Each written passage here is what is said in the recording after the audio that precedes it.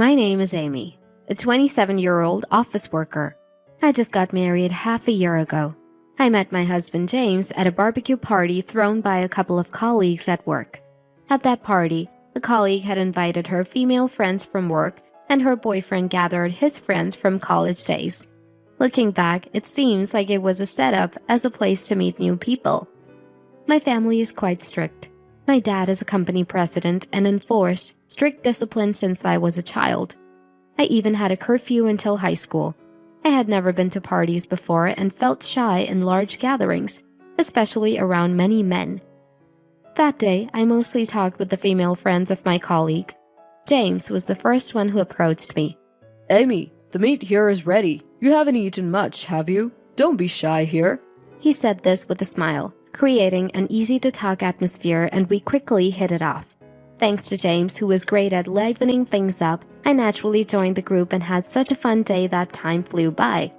On the way home that day, he asked for my contact information, and the next day, I had a great time yesterday. I'd like to meet just the two of us next time. I received that message. Gathering my courage, I replied, "Me too." Immediately after, the phone rang. Really? I'm so happy. When should we do it? Where do you want to go? My heart raced with such exchanges. I was so happy when he asked me out at the end of our first date that I said yes right away. After one of our dates, he was driving me home, and when we arrived at my house, he seemed a bit surprised. Amy comes from a wealthy family. I heard a bit around about it at the barbecue. Wow, what a mansion. Is your dad the president? Yes, kind of. Do you know Davis Group? Davis? Of course, everyone knows it. Wow, so Amy is the daughter of such a big company's president. I'm not really a daughter of anything. No, I wonder if it's okay for someone like me to date you. If you have a fiancé or something, I'd like to know sooner rather than later. He said this seriously. Oh, what are you talking about? There's no one like that, and I want to marry someone I love. I have a brother and a younger brother, so I'm not going to take over. Really? Really. That conversation was only for that moment. Even after knowing about my family, he didn't change, and our relationship continued smoothly. Then, about a year later, he proposed, and after introducing him to my parents, we got married. He's been kind even after marriage. About a month ago, when Mom told me that Dad wasn't feeling well and was going to be hospitalized for tests, he comforted me, shocked and upset, and suggested we go see him in his car. At that time, the test results hadn't come out yet, and Dad, I'm sorry to worry you. I've just been busy and tired lately, he said with a smile. But that weekend, we were called to gather at my parents' house. My brother's family, my husband and me, and my still single brother. The last time we all gathered like this was at our wedding. A bad feeling crossed my mind, and sadly it came true. Dad had cancer metastasis, and it was already inoperable. No, I was surprised. They said the test results would come in a week, but actually they called me the next day. I got a terminal diagnosis. Dad spoke bravely, with Mom holding back tears beside him. That's so... I couldn't stop crying, and my husband put his hand on my shoulder. My brothers couldn't believe it and couldn't find the words right away. But that doesn't mean I'm dying tomorrow. There's a lot I have to do, not just for the house, but as the head of the company. I need your help with many things. It seemed he was mainly speaking to my older brother. And James. Dad addressed my husband, who was comforting me. I'm sorry for this happening when you're newlyweds. Please take care of Amy. Of course, Mr. William. I'll do anything you need. I cried again at their words. Dad strongly wished not to be hospitalized, so he received palliative care at home. Fortunately, the medication worked well, and Dad was initially not bedridden much, thanks to his willpower. It's hard to believe he's seriously ill. He's so active, Mom said. The secretary, executives, and lawyers were informed, and Dad proceeded with what needed to be done. Mom dedicated herself to caring for him, and my brothers supported Dad both personally and professionally. My older brother, the heir, had built a house near our parents even after getting married, and my younger brother still lived at home. I also tried to stop by my parents' house after work and made sure to visit Dad on weekends. My husband came with me on weekends and said things like, "You don't have to cook dinner on those days you stop by your parents' house." for which I was grateful. One day when I stopped by my parents' house and came back, my husband was already home, and I heard voices from the living room. Maybe he's on the phone? I quietly entered the living room. "That's why, probably soon. He won't last much longer." I felt a wave of anxiety, thinking I heard something unsettling. What was that? What does it mean? Whoa!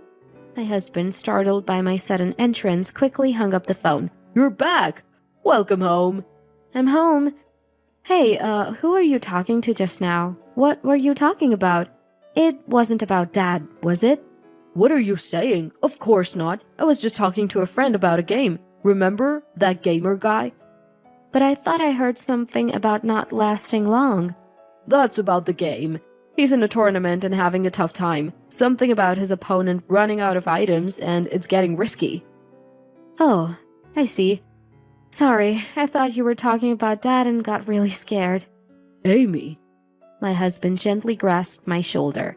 "It makes me sad to be misunderstood like that. I do worry about Mr. William and I still wonder if there's any way to cure him," he said earnestly.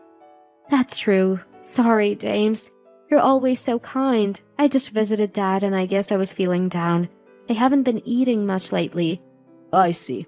I'm sorry I can't do more for you during this tough time, but it's not good to always look so sad. Maybe go out for coffee with friends sometimes." You're right. I felt relieved by his demeanor and guilty for doubting such a kind man. Then, a month later, despite our hopes, Dad passed away. Mom, my brothers, and I, who were called, made it in time for the final farewell, having so much to do immediately afterward. From the wake to the funeral and the changes in the company with my brother taking over as president helped distract me from the grief. There was no opposition to my younger brother becoming president, thanks to Dad's trusted senior staff. There are many who will support us. Mom seemed relieved. My brother's character and the way Dad had always valued the company and its employees paid off. The next weekend, the family gathered at the behest of our legal advisor. The primary topic was the inheritance, which was equally divided among the 3 children, amounting to approximately $300,000. I could tell my husband was surprised next to me. I was shocked by the unimaginable amount, grateful, yet wishing more than anything that Dad had lived longer. There were discussions about the company's shares and properties, and the rest was to be continued another time. Exhausted from all the difficult conversations, I headed home. I'm going to rest for a bit, I said to my husband and started towards the bedroom. "Yeah, take your time. About the inheritance, since no one objected, is that decided then?" I guess so. Why? "No, just surprised by the large amount. It's daunting." Yeah, it surprised me too. I entered the room, pondering his words. More than expected, I mused vaguely, then dozed off. Waking up, I quietly headed to the living room. Seriously, 300,000. No mistake." "Wow, that's huge." "No, it's okay. How much I've worked hard and, Oh, she's up. Gotta go. Bye." Who was that? Suppressing my surprise, I asked him, who had been on the phone. "Oh, that's Mom. She was worried about how you're doing, Amy." I see. "Well, she said she wants to come over this weekend. There's a new cake shop she wants you to try." Okay, then I'll buy some nice coffee. I smiled and he nodded happily, but a definite suspicion had formed in my mind. The day before mother-in-law Kathy's visit, I stopped by my parents' house. Mom, how are you? Feeling a bit better? Yes, you don't have to come by so often. Olivia is always worried and stops by too. Are you eating well? Olivia is my brother's wife, modest yet firm and compassionate. She had been devoted in caring for Dad and supported Mom during the funeral. I think my brother really married a good person. Yeah, don't worry about me. But actually, I have something I want to discuss. Oh, what's up? There's something that's been bothering me. I started to share my doubts about my husband while drinking the coffee Mom had made. Then, the next Saturday, Kathy came over. She had attended Dad's wake and funeral, and this was the first time we met since then. Amy, I'm so sorry about your dad. I brought some delicious cake to cheer you up a little. Kathy, thank you so much for everything. Please have some coffee. Oh, thank you. As the three of us ate cake, my husband brought up the topic. So, about the inheritance. Yeah? Can you transfer the $300,000 to Mom's account? What? It was a conversation I never expected, and I was momentarily stunned. I don't understand what you mean. That much money? It's too much to handle, right? You're part of our family now, so I think it's best to transfer it to my parents' bank account. What? I couldn't comprehend his words. Are you saying you need to borrow some for a car or something expensive? Haha, borrow? It's our money now, our family's. My husband burst into laughter. Our family. Of course, the family you married into. Your money is our money now. Kathy continued with a smile. I'll manage it properly. You can ask when you need it, but you have your salary, right? Wait a minute. I don't understand. Why does it become Kathy's money even if it's our family's? Well, that's how it is. It's our money now. And of course, Mom's too. This is absurd. What are you saying? Don't worry, your family too. First, we'll build a big multi-generational house. Maybe buy a car. We can afford it with $300,000. James, you're so eager. But yes, we should start on the multi-generational house soon. So, transfer it to Mom's bank account now, okay? Please, Amy. A son's wife's money is our family's money. I was stunned by the true colors of this mother and son. A hope I held was not only crushed but surpassed by their appalling behavior.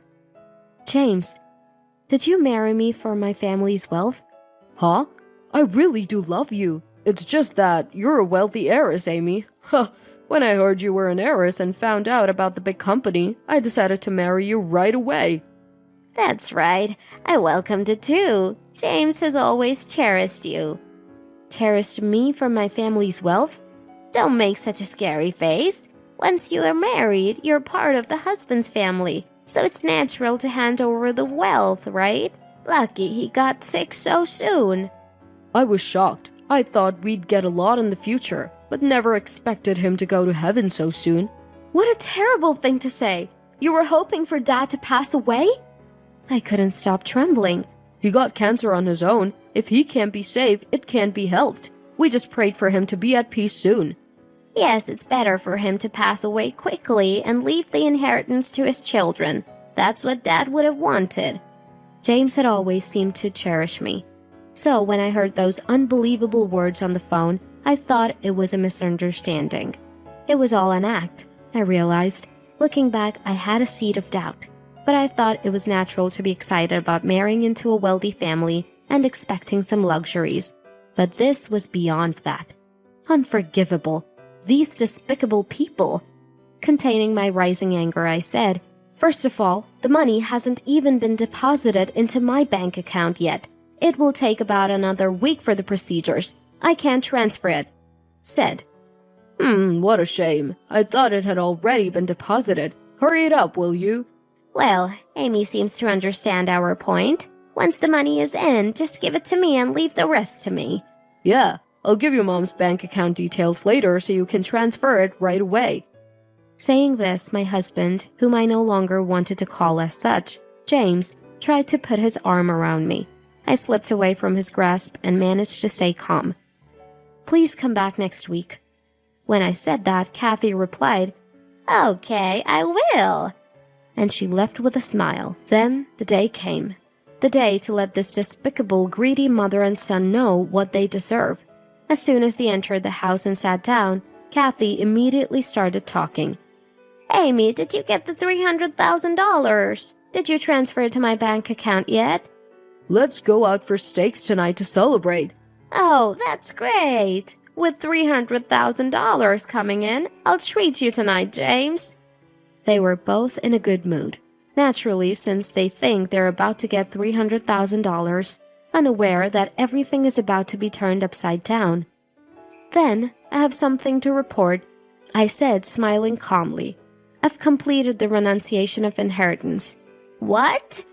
Their voices perfectly in sync, just like a parent and child. Their expressions, eyes wide open, were identical. What did you say? Renounce the inheritance? Yes, I have renounced it. Don't joke around. Who would do such a stupid thing? Wait, who in the world would willingly give up $300,000? Well, normally people renounce inheritance when it's mostly debt. Exactly. It's absurd not to inherit when there's no debt. Kathy was screaming, her face contorted with rage. Didn't you know? It's not uncommon for business owners to choose renunciation to pass their assets to a specific heir, especially for a long-term stable management. What? How could you? They seemed lost for words. It's not surprising. This greedy duo couldn't fathom the idea of giving away money. In our case, it's my brother who had to take over Dad's position so soon. I plan to support him as his sister. That's foolish. You're being deceived, Amy, by your brother and his wife. Right, his wife must be after the money. I replied to their frantic protests. Don't compare me to you, with a cold voice. This is my decision. My brother and his wife even said there's no need for you to renounce. She's a wonderful woman. If they said you don't have to renounce, then rethink it. I already said the process is complete. The $300,000 won't come to me. This is, I won't give anything to a husband and his family who rejoice in the misfortune of my own family. Kathy, pale next to my husband, suddenly looked up. Incredible. No inheritance. James, we need a divorce. We'll claim compensation in the divorce case. What? I exclaimed in surprise. Of course, you renounced the inheritance without any fault on James's part. Where's the proof that we were happy about your dad's misfortune or after the inheritance? We acted perfectly at the wake and the funeral. Such a slick talker, admitting to their act. The proof? You just admitted it, didn't you? If you stop this nonsense and apologize, I won't divorce you. Then, a sudden angry voice echoed in the living room. It's you who should be apologizing. I heard a calm male voice and turned to see Kathy frozen. Ah, you! Why are you here? Oh, Dad? James looked surprised too. There stood my father-in-law, Mark. I caught my mother's eye behind Mark and nodded. You've always been vain. I was happy when James married Amy, but I never imagined you were such people. I couldn't believe it until I heard it with my own ears. James, you too. Mark looked truly pained. What? Kathy and my husband looked bewildered. Last week you came here to ask Amy for the inheritance. I heard the whole conversation. What? Everything has been recorded. Today too. What do you mean? James yelled at me. You panicked a few times when I overheard your phone calls. You thought you had fooled me, but I won't be deceived that easily.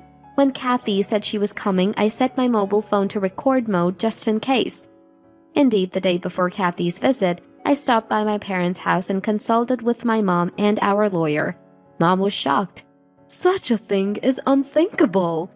I was surprised, but the reality was worse than imagined, and I decided to renounce my inheritance and started the process immediately on Monday. I also contacted Mark, who was shocked to learn of his wife and son's actions and apologized profusely. I can't stay with a person like you. Are you serious? This is all a misunderstanding.